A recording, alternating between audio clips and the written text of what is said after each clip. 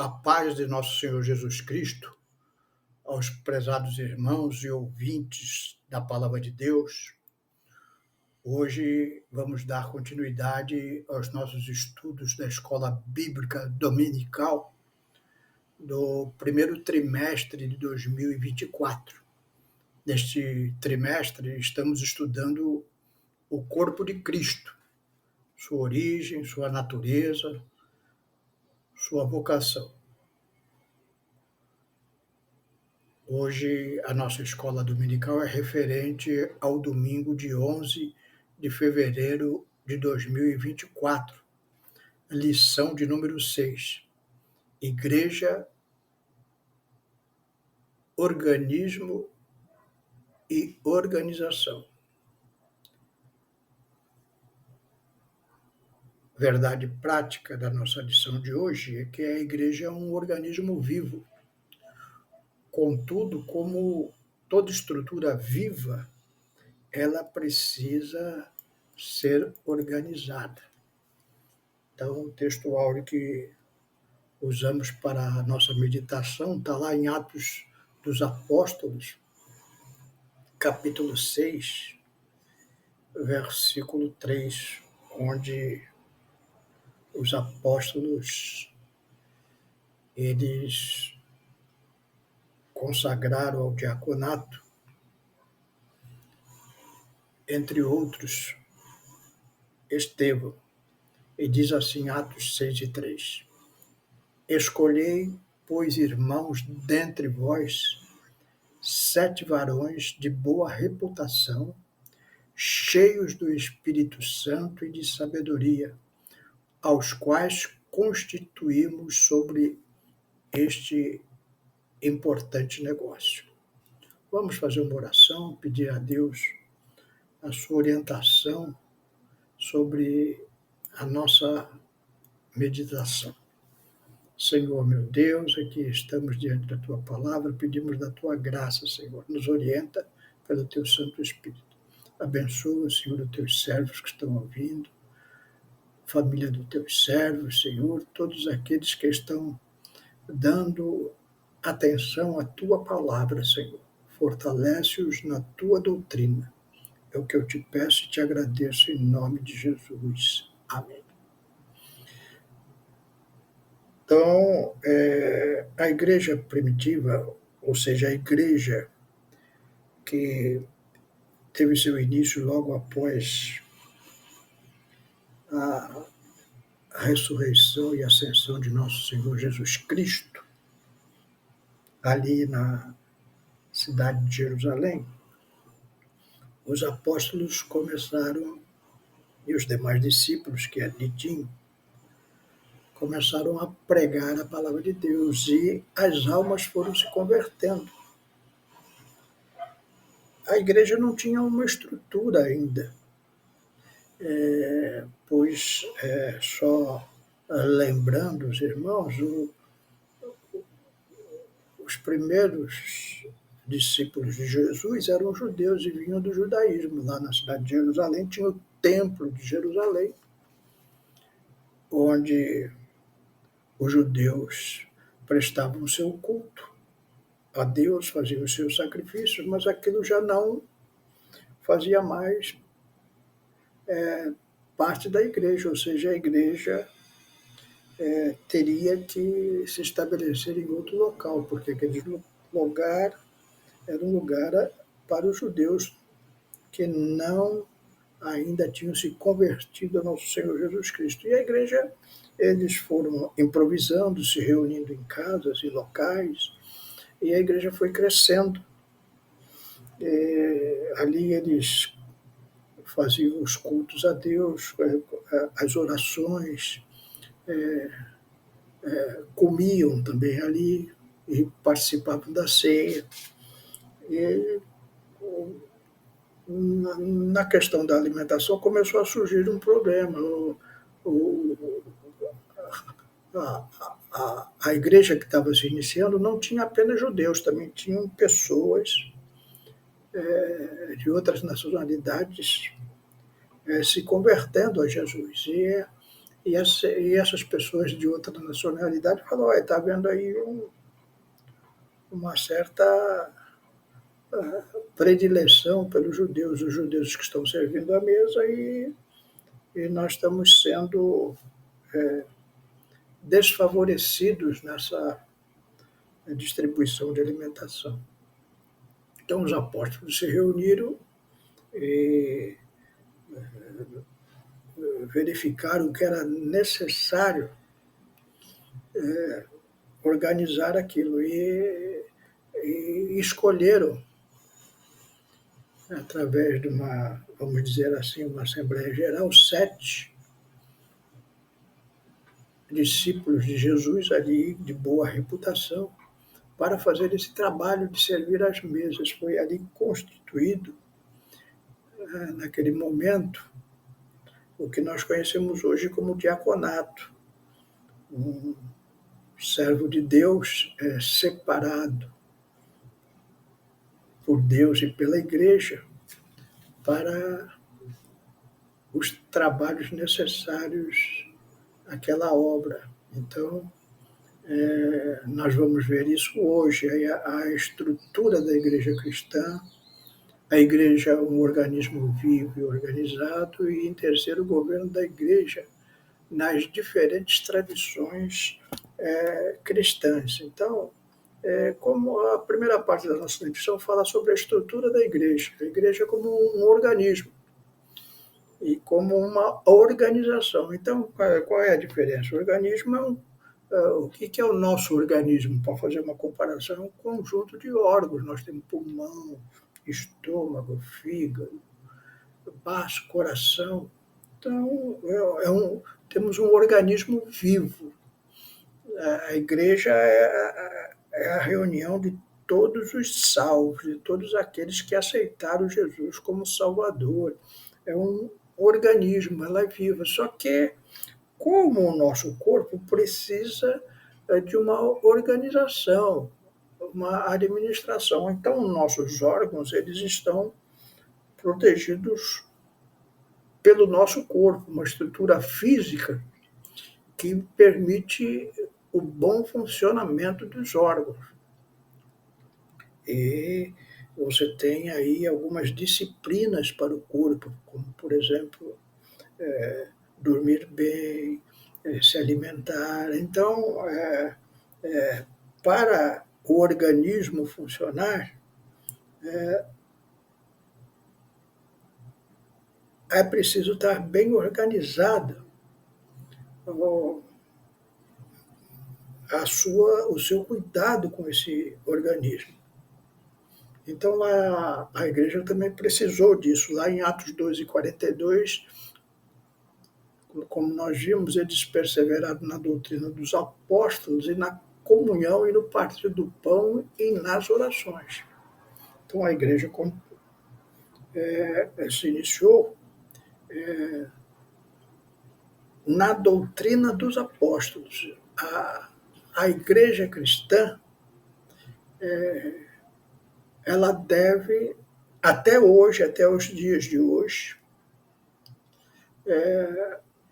perseverar como a igreja primitiva, na doutrina dos apóstolos, na comunhão do pão, ou seja, a Santa Ceia, e nas orações.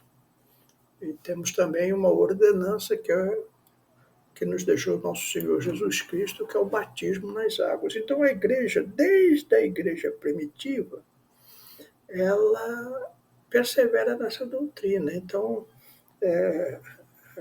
até hoje, tudo que é ensinado na igreja é baseado na Bíblia Sagrada, que foram escritas pelos profetas, os homens de Deus, os apóstolos que deixaram-nos as epístolas, tudo isso para o nosso ensinamento, para a nossa edificação.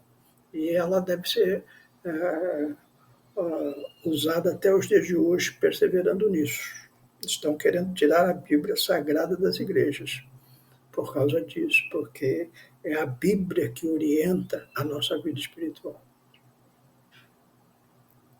Lá em Atos 14, 23, diz assim: e havendo-lhes por comum consentimento, eleito anciões em cada igreja, orando com Jesus juntos e os encomendava ao Senhor em que havia crido. Então, a igreja começou a crescer, se espalhar, os irmãos sabem, lá no livro de Atos, principalmente, vai mostrar a expansão da igreja através das viagens missionárias do apóstolo Paulo, abrindo igrejas em vários lugares, e a igreja se tornou agora um organismo vivo e organizado. Então, havia estabelecimentos, casas, templos, como Coríntios, Éfeso e Roma, são chamadas igrejas locais, e essas igrejas ali, os irmãos se reuniam, e ali eles participavam do pão, das orações, e eram ensinados na doutrina dos apóstolos. Então, no seu aspecto local e no seu aspecto litúrgico e ritual. Então, a igreja sempre ela se organizou desta maneira. Então, o que é a igreja? Um organismo vivo. O que é esse organismo vivo? São os irmãos em Cristo, aqueles que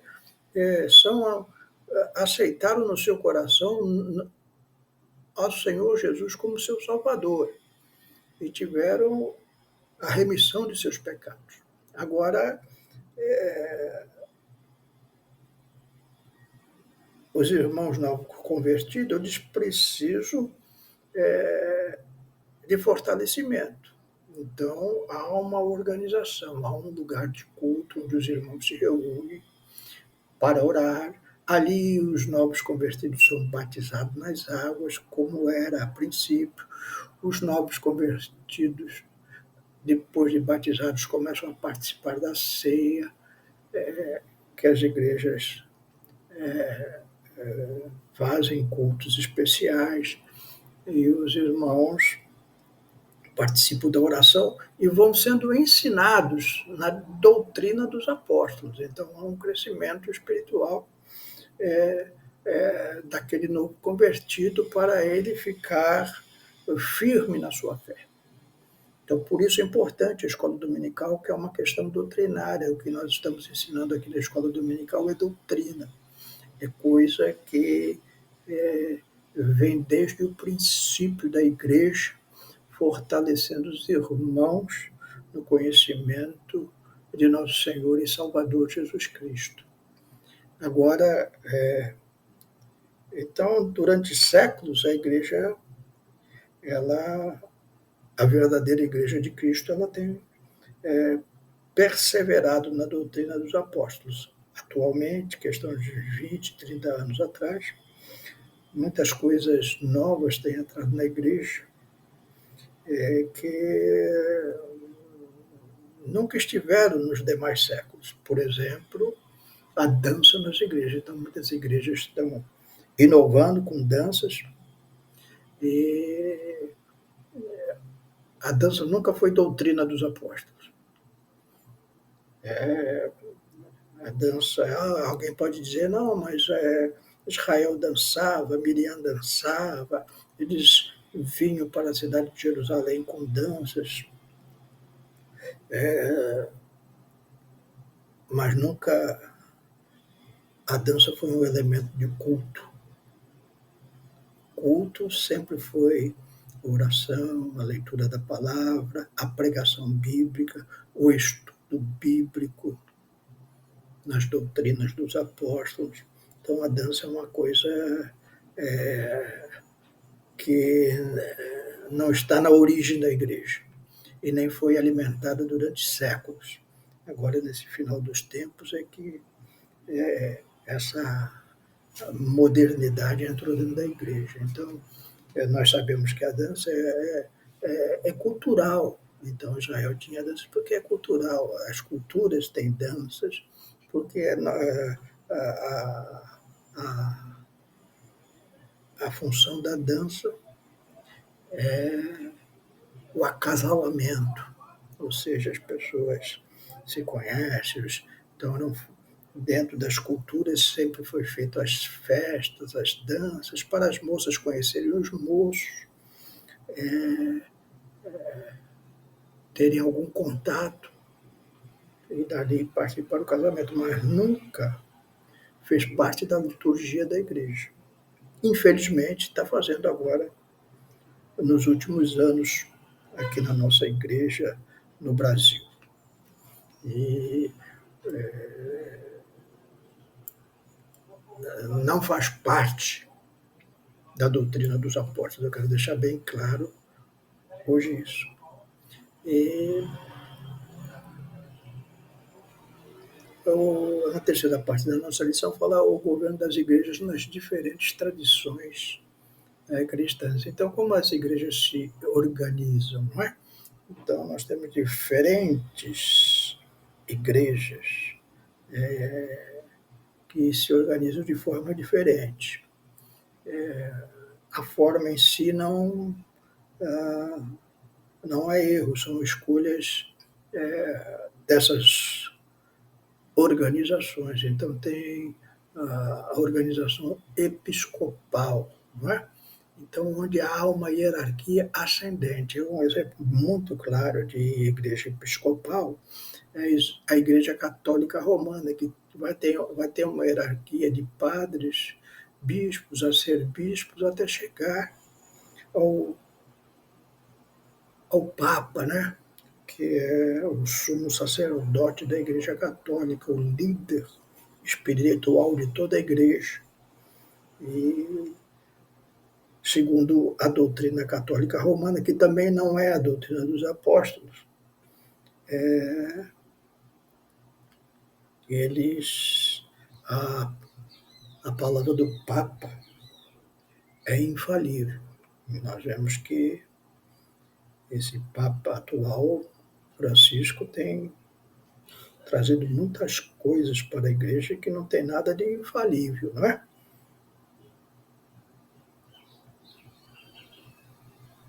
Por exemplo, aceitar dentro da igreja muita coisa que a Bíblia Sagrada condena. Tem um sistema presbiterial. O sistema presbiterial é formado por um concílio local, então a igreja tem lá a sua sede,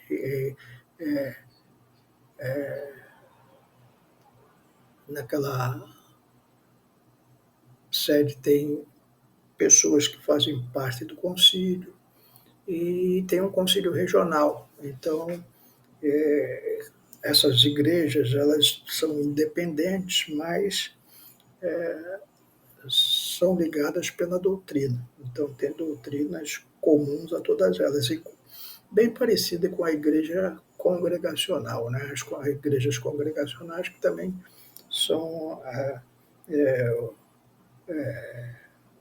as batistas também usam esse sistema congregacional, ou seja, uma igreja local é autônoma. Então, as igrejas batistas, elas dentro do seu corpo, dentro lá da sua igreja, da sua local de culto, os irmãos elegem um pastor para dirigir a igreja. E esse pastor vem de fora, às vezes de outra igreja batista, e eles estão ali, eles têm plena autonomia, embora eles mantenham também uma doutrina única. E tem aí um sistema híbrido, que é, por exemplo, a Assembleia de Deus, a igreja mais conhecida, pentecostal no Brasil, que tem várias denominações de uma região sobre a tutela de um pastor presidente, e depois tem as assembleias gerais da Assembleia de Deus no Brasil, que tem as diretrizes doutrinárias para a igreja. Lá na Assembleia de Deus tem alguma divisão no sentido de organização. Então tem primeiro os diáconos, como foi aqui, nós vimos aqui em Atos dos Apóstolos, depois vem os presbíteros. Os presbíteros, eles são auxiliares pastorais. Em alguns lugares onde não há pastores, eles exercem a função pastoral, em servir ceia, batizar. E tem os pastores e evangelistas, que são os líderes espirituais da igreja, responsáveis pela manutenção das doutrinas básicas da nossa fé cristã. Então, o mais importante que a organização, por exemplo, a Vida Frutífera tem uma organização parecida com a Assembleia de Deus, é uma igreja que tem um corpo único, tem um pastor, que sou eu, mas como é uma igreja muito pequena, não temos denominações e operamos tentando, de todas as formas, manter a doutrina dos apóstolos, com orações, leitura da palavra, estudo da palavra, pregação da palavra de Deus, batismo nas águas e Santa Ceia. Agora, essas igrejas, tanto a católica, como a presbiteriana, como a congregacional, e a igreja batista, e a Assembleias de Deus e a nossa, elas diferem às vezes nas questões doutrinárias. Então, a católica romana, nós sabemos que a doutrina é completamente diferente do que as igrejas evangélicas aceitam. Então, as presbiterianas e batistas também se diferem das igrejas pentecostais como a nossa, porque eles ensinam que os dons do Espírito Santo, como falar em línguas, foi só para aquele tempo dos apóstolos e não é mais atual, e nós, pentecostais, discordamos desta doutrina. Então,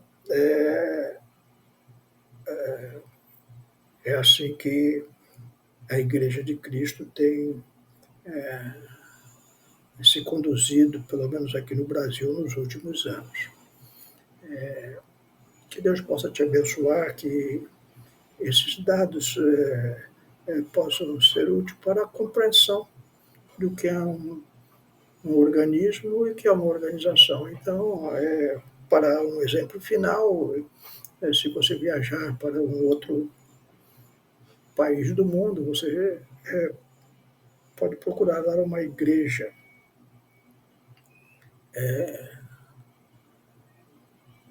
e aí você vai começar a procurar essa igreja de acordo com a sua confissão de fé. Se você for, por exemplo, da nossa igreja, vai procurar uma igreja pentecostal em algum lugar. Se você for batista, vai buscar uma igreja que é de acordo com as doutrinas daquela igreja. E ali você vai ser recebido, porque você faz parte desse organismo que é a Igreja de Cristo. Você vai lá na igreja, você vai participar da Santa Ceia, você vai participar do culto como um irmão em Cristo, embora